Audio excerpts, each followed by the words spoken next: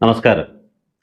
പ്രചോദനമാണ് നമ്മെ ജീവനോടെ നിലനിർത്തുന്നത് എന്ന് നിങ്ങൾ കരുതുന്നു.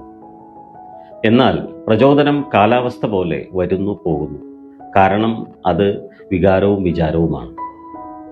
യഥാർത്ഥ ജീവിതത്തിന് പ്രചോദനം ആവശ്യമില്ല.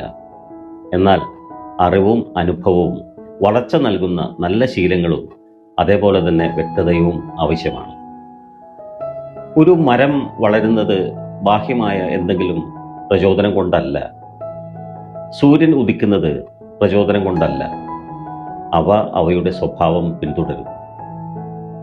നിങ്ങൾക്കും ബാഹ്യമായ പ്രചോദനം ഇല്ലാതെ ജീവിക്കാം. ചെയ്യേണ്ടത് ചെയ്യുക.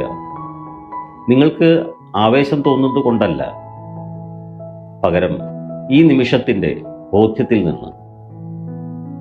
നിങ്ങൾ പ്രചോദനം പിന്തുടരുന്നത് നിർത്തുമ്പോൾ ജീവിതം ലഘുവാകുന്നു.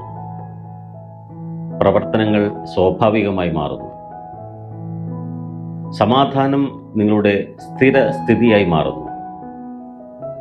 ജീവിക്കാൻ പ്രചോദനം ആവശ്യമില്ല.